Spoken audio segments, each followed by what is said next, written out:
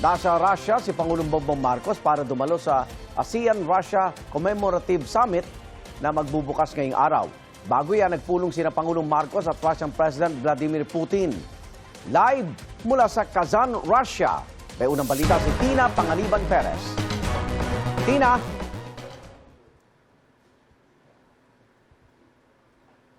Yes, Arnold, good morning. 1:07 a.m. ngayon dito sa Kazan, Russia. Kahapon ay nagsagawa ng bilateral meeting itong si Pangulong Bongbong Marcos at si Russian President Vladimir Putin. Ito ay bago ang formal na pagbubukas ng ASEAN-Russia Commemorative Summit na magbubukas ngayong araw. At kasama doon sa mga pinag-usapan nila ay ang pag-enhance ng trade o kalakalan dito sa pagitan ng Pilipinas at ng Russia, at kasama sa mga inaasahang paiigtingin ay yung sa energy at food security. Parehong bukas sina Pangulong Bongbong Marcos at Russian President Vladimir Putin na palawakin pa ang kalakalan ng Pilipinas at Russia. Apparently, we are approaching the present threshold with an immense capital of mutual beneficial cooperation underpinned by good traditions of mutual respect and respect for legitimate interests of each other. Last year, bilateral trade exceeded $0.5 billion. Of course, this is far from the limit, and of course there is a good potential to enhance supplies of agriculture and energy resources.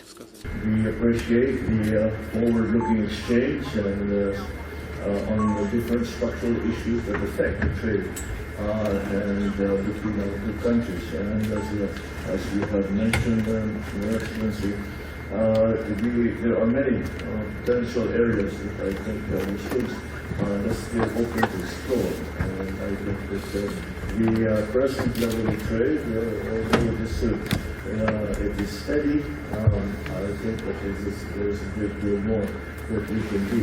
Isa sa mga pangunahing issue sa bilateral meeting ni Pangulong Marcos at ni President Putin ay ang issue ng energy security. Lalo pat ang Pilipinas ay apektado ng giyera sa Middle East, habang ang Russia naman ang may pinakamalaking gas reserve sa buong mundo at ang pinakamalaking gas exporter. We note that during the JCTEC meeting held in Moscow, energy and food security emerged as one of the mutual priorities of both our countries.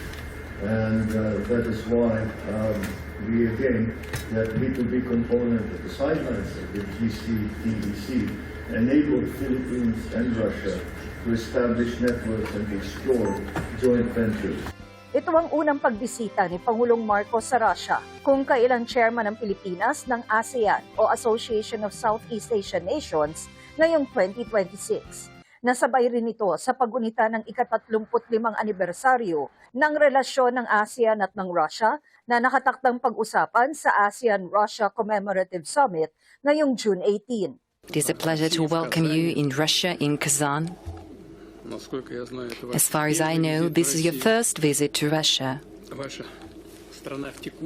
This year, your country chairs in the ASEAN, and we are happy that during your chairmanship in the ASEAN, we will celebrate the 38th anniversary of our relationship with the association. The commemorative summit is a landmark in the development of the Russia-ASEAN strategic partnership.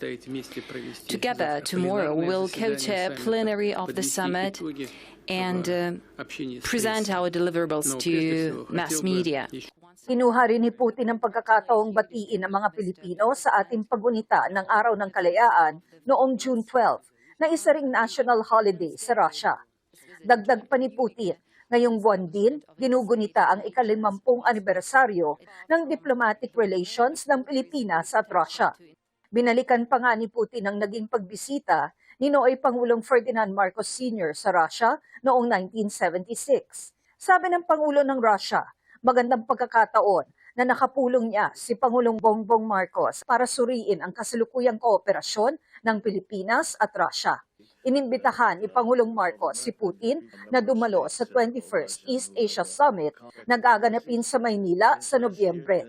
Matapos ang kanilang pulong, dumalo rin ang dalawang pangulo sa isang gala na dinaluhan din ng iba pang heads of government.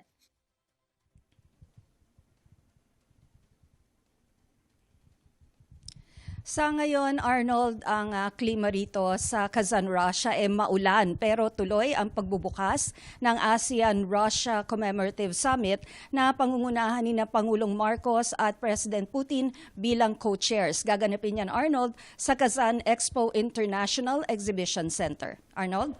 Tina, bukod sa agrikultura at kalakalan, may iba pa bang napag-usapan sina Pangulong Marcos at President Putin tungkol sa defense o kaya security?